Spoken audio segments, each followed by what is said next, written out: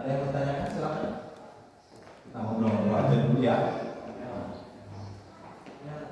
Silakan. Kalau ada yang belum bertanya. Sok, mangga ya. Belum.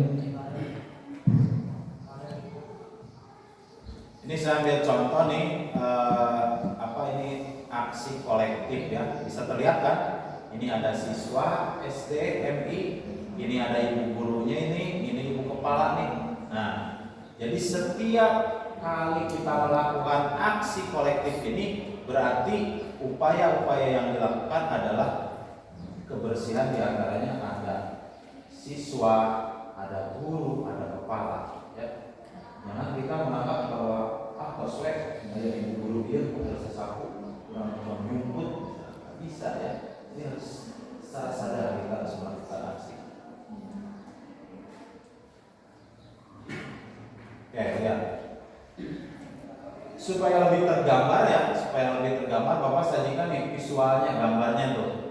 Rencana gerakan yang pertama kali kita lakukan adalah menjaga kebersihan, sanitasi dan drainase air. Anda punya WC di sekolah ini? Punya tidak? Dulu di SMP punya WC tidak? Punya. Bersih tidak WC-nya? Bersih. Bersih nih? Bapak tanya, ketika kita melakukan perjalanan di bis atau misalnya study tour, pernah? Oke.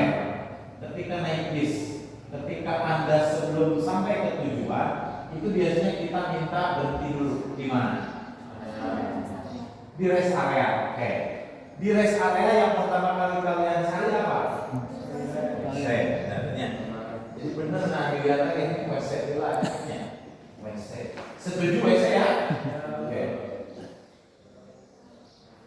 WC mana atau toilet mana yang paling bersih antara toilet di rest area dan di rumah? Di rumah. Kenapa di rumah lebih bersih? Karena terjaga. Kalau WC umum memang tidak dijaga. Dijaga ada. Berarti apa kira-kira masalahnya? Banyak yang pakai, boleh, karena memang WC umum. Sekarang tanya Bapak, WC di sekolah itu milik siapa? Umum. Palingan banyak barang hamster. Ya, namanya WC umumnya. Padahal di sekolah milik siapa? Milik kita. Jadi jangan sampai sekolah adiwiyata itu WC-nya bau, kotor, jorok, betul. Karena WC di sekolah adalah WC milik siapa? Milik kita, ya. Ada yang bisa bahasa Sunda nggak? Semua bahasa Sunda. Si Bapak campur-campur bahasanya. Oke. Setuju ya? Jadi pemahaman kita yang pertama adalah WC yang ada di SMA terpadu Alisala ini adalah WC milik kita pribadi. Artinya ketika kita selesai menggunakan WC atau toilet itu, maka kita langsung apa? Bersihkan sebersih mungkin. Seperti lihat gambar ini. Tuh ada yang sedang menyikat bawahnya. Ini yang namanya menjaga kebersihan. WC atau bak mandinya seminggu sekali dikuras, kosong kan dia, kosong, ember. Di dia berapa bulan, berapa mingguan di sini dia?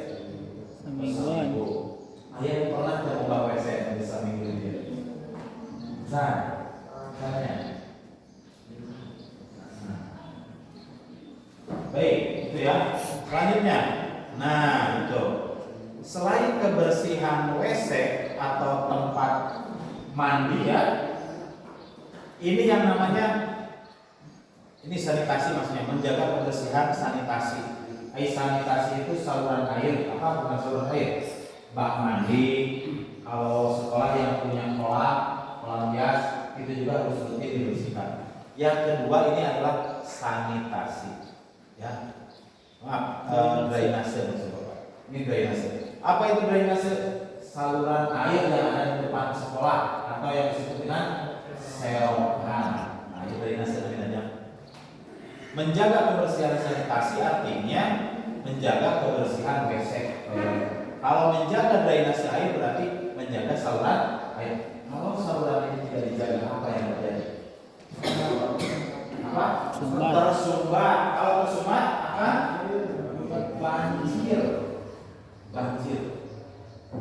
Tahun 2020 di Semarang itu terjadi sumbatan di selokan. Padahal selokannya kecil, karena debit air dari volume hujan yang begitu deras begitu besar mengakibatkan satu orang meninggal, ya, terbawa arus. Karena memang itu putaran air tidak jalan di selokan, akhirnya terjadilah musibah meninggal dunia. Itulah. Ini beda lagi kan dengan berbicara masalah banjir bandang yang begitu besar. Ini hal-hal sepele seperti ini harus kita jaga. Coba semua kita ada nggak drainasenya? Kalau ini semuanya pesantrennya, selain pesantren. Pagi tiap mingguan atau nanti hari naon sok aya kebersihan kegiatan. Aya. Dinten Jumat.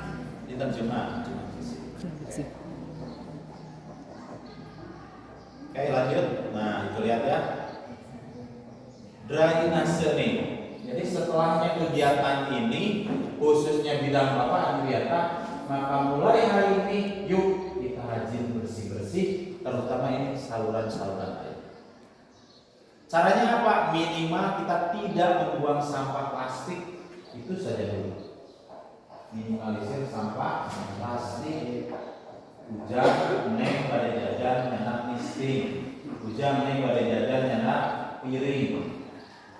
Artinya, jadi debit sampah ataupun volume sampah akan berkurang. Ya. Nah, minimal untuk mengelola sampah itu harus ada 2 tempat sampah, organik dan anorganik. Punya tidak organik sampah, tempat sampah? Punya. Anorganik punya tidak? Pasti punya. Karena ini suka-suka dilihat. Tinggal pertanyaannya, Anda semua pernah nggak membuang sampah sembarangan? Tidak. Neng, kami jajan plastiknya suka mana kan? Jajan sampah. Mana warna plastik? Warna kuning ya. Coba kuning anorganik, yang hijau organik. Pak, kunaon organik itu koneng ke apa yang hijau ke organik. Oke, Bapak tanya. Ada yang mau menjelaskan atau sedikit yang Anda ketahui apa itu organik, apa itu anorganik? Biar clear ya Pak ya di sini, biar jelas. Nah, itu organik atau anorganik. Neng Sophie boleh? Apa itu organik? Sampah yang bisa diolah. Oke, boleh. Nah, ya. Organik apa? Sampah yang bisa diolah oleh alam. Boleh, sudah 2 tuh, bagus. Jawabannya sudah bagus. Satu lagi, ada? Sampah apa? Hah? Sampah kering. Oke. Sekarang anorganik itu apa? Anorganik itu apa? Sampah yang susah terurai. Oke, boleh, bagus. Next, mau menjawab? Ada lagi yang lain? Silakan. Organik tadi sudah ada yang menjawab. Sampah yang dapat diolah, sampah yang bisa diurai. Oke. Organik itu identik dengan hijau. Karena sampah organik ini adalah sampah yang berasal dari alam dan bisa dimanfaatkan untuk bahan pupuk kompos atau pupuk organik. Contohnya apa? Daun-daunan ya, kemudian ranting pohon yang sudah lapuk. Terus apa lagi? Sisa-sisa makanan. Sisa makanan teh tulang, terus nyeblaknya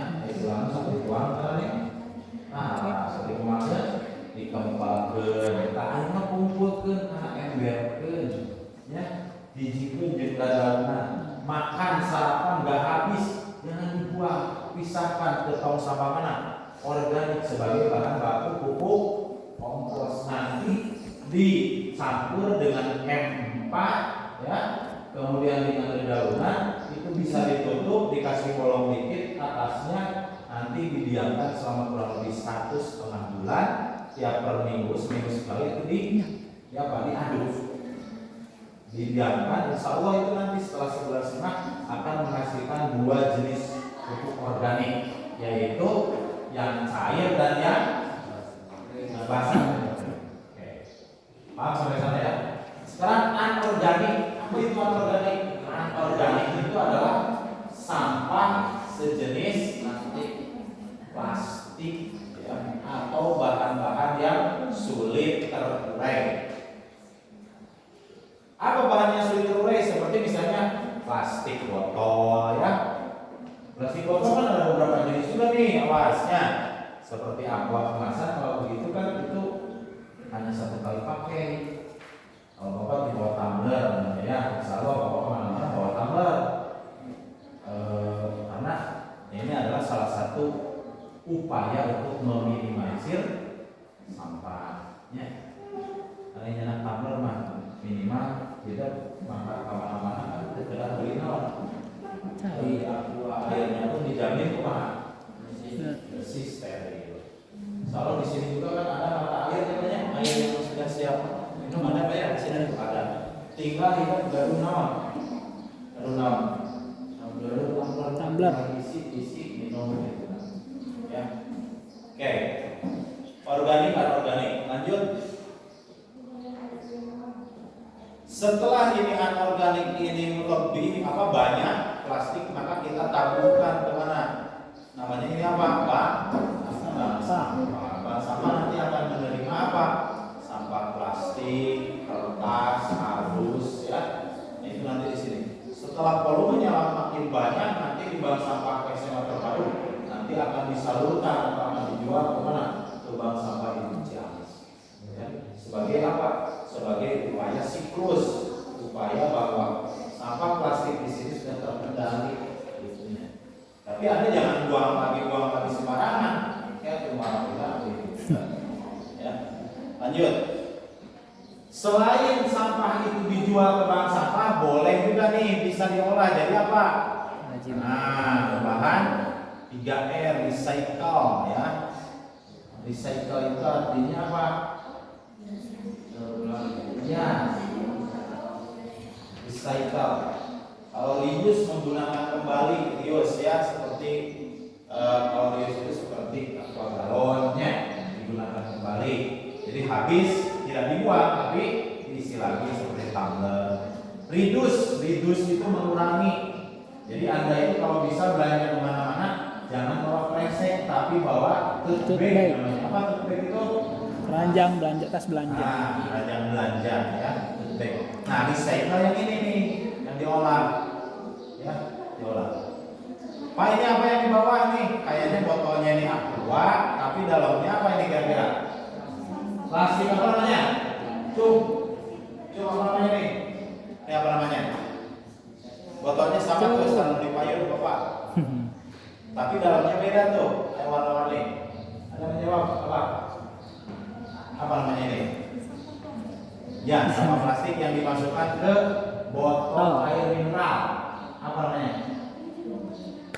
Sampah plastik atau sampah residu yang sudah tidak bisa digunakan tapi bisa dimanfaatkan dengan cara dimasukkan ke botol, dan ini secara padat. Nah, ini akan menjadikan sebuah nilai yang berguna. Apa namanya? Eko apa? Eko apa nih? Ayo. Ekobrik ya, eko apa? Ekobrik. Ekobrik itu berasal dari dua kata. Eko itu artinya ramah lingkungan. Brik itu bukan berat, tapi bricek tulisnya ya. Bricek itu artinya bata atau padat atau keras. Jadi ekobrik artinya adalah bata yang ramah lingkungan.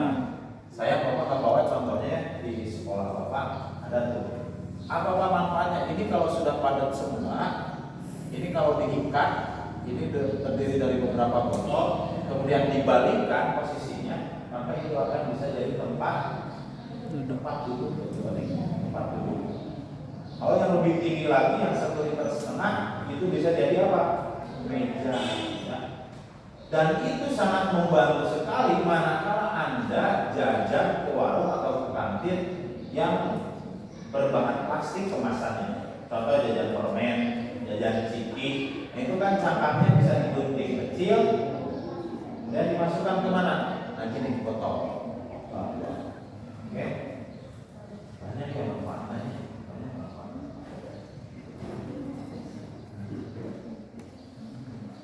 Itu yang tadi pemanfaatan dari sampah plastik. Sekarang, nah bagaimana Pak cara membuat sampah organik? Bapak kasih tahu di sini. Khusus untuk SMA perpaduan. Baik, lihat nih. Ini kira-kira apa? 2 ember ya, 2 ember yang isi 25 liter. Kemudian pakai keran di bawahnya nih, pakai ujungnya. Dimasukkan apa Pak? Ini bahan bakunya nih. Bahan bakunya adalah dedaunan ya. Dari sampah-sampah daun kering, kemudian daun yang hijau, kemudian dimasukkan nih ke ember ini, dan selanjutnya lapisan bawah itu ditambah dengan sekam bakar. Tahu sekam bakar? Sekam itu cangkang padi ya. Sekam itu ya, cangkang padi. Masukkan ini sepertiganya, sepertiga lagi tadi daun, sepertiganya lagi ditambah dengan kohek. Tahu kohek? Kotoran hewan. Apa kotoran hewan? Bisa kelinci, kambing, marmot, sapi pun ada boleh. Soalnya kotoran zaman ya. Nah itu sepertiganya tambah. Kemudian di atasnya apa? Tambah lagi dengan dedaunan. Kemudian setelah itu ambillah pengurai M4 namanya. M4 boleh atau misalnya memakai air beras, air cucian beras maksudnya. Air cucian beras. Sepertiganya lagi, setelah itu sudah setengah galon ini, kemudian ditutup. Tapi jangan lupa di atasnya dikasih pembolong. Diamkan selama kurang lebih 1 bulan atau 1 bulan setengah, dan tiap minggunya diaduk. Ya. Wah, kenapa dulu buat panahan, buat sore, gitunya. Oke. Jadi insya Allah sekolah Adiwiyata mengajarkan kepada kita bagaimana mencintai lingkungan dengan cara melakukan aksi-aksi yang terbilang menunjukkan tingkat kepedulian. Ya. Jadi kalau Anda sudah membuat seperti ini, berarti Anda sudah peduli terhadap lingkungan. Kalau Anda sudah memilah sampah plastik, berarti Anda sudah mencintai lingkungan halaman Arisalam. Dan Bapak lebih jauhnya lagi berbicara, ketika Anda sudah melakukan aksi-aksi itu, berarti kita sudah menyumbangkan oksigen untuk bumi ini. Tepuk tangan. Oke, nanti Bapak sampaikan lebih jauh lagi ya. Lebih jauh lagi, sama pengalaman Bapak nanti Bapak sharekan kepada kalian juga lewat kesempatan ini. Oke. Sanitasi, drainase sudah, pengolahan sampah sudah, sekarang pemeliharaan pohon tanaman. Ya. Oke. Apakah kalian di sini pernah melihat jenis tanaman? Berapa jenis? Iya. Semua. Pertama kali datang ke sini, apa yang Anda lihat? Bunga apa, pohon apa? Ada yang menjawab? Silakan. Ayo nih. Itu yang paling depan siapa namanya?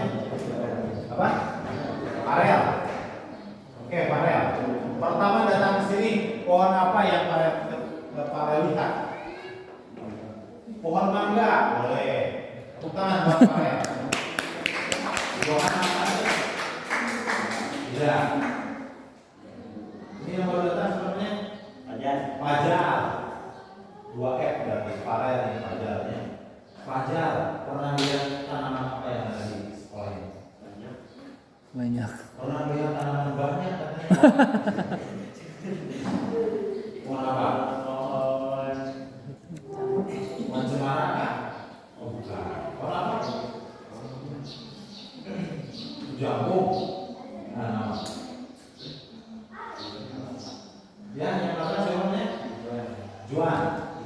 Ridwan. Pohon apa? Ridwan. Yang pernah aku lihat. Pohon pisang.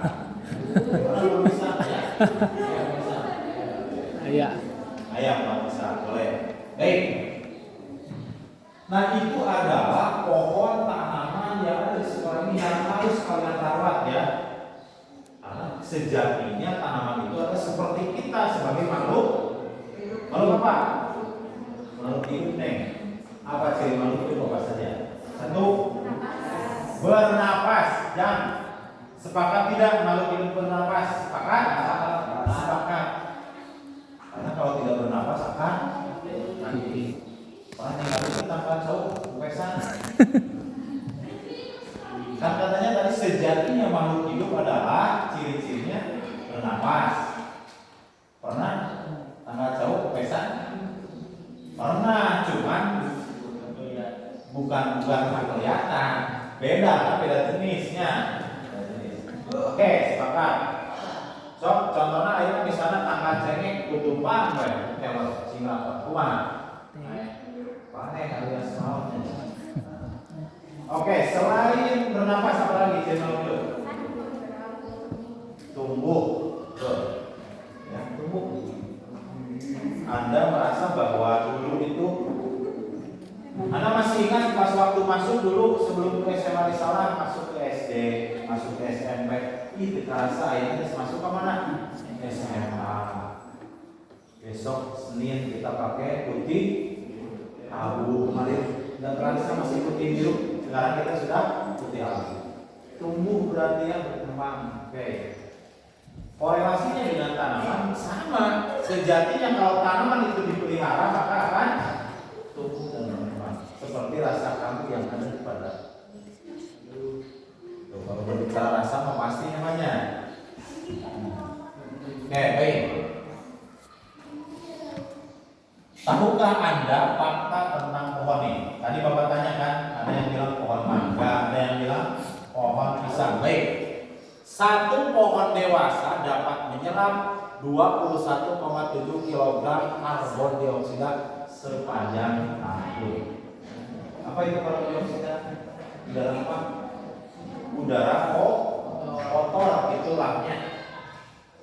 Ketika di sekolah ini banyak sekali pohon-pohon besar tumbuh, maka pohon itu akan menyerap 21,7 kg. Dan sebuah pohon besar juga atau dewasa dapat mencukupi kebutuhan oksigen 2 orang sepanjang hidupnya. Jadi kesimpulannya adalah ketika jumlah siswa atau warga sekolah ada kurang lebih 200 orang, maka minimal ada 200 pohon ya Pak yang hidup dan tumbuh di sekolah ini. Pertanyaan sekarang, pernah nggak Anda menghitung pohon? Abi mah resep kali salatek pada seueur akan malam. Sabar ini seueur teh, ayo 180. Keren. Ya, kenapa? Karena untuk mencukupi kebutuhan oksigen kita ini harus wajib ada nih yang namanya pohon. Dan ini terbukti tuh, lihat, alhamdulillah. Ya, pohon mangga. Mau kita jamu teh glodogan ya Pak. Iya. Minimal kalian berada di Alisalam ini sudah tercukupi naon? Oksigen. Apa itu oksigen? Udara bersih dan segar. 2 bulan ke belakang Bapak pernah menjenguk orang yang sakit tuh di RSUD Ciamis tuh. Apa penyakitnya? Dia itu harus menghirup udara dari tabung oksigen.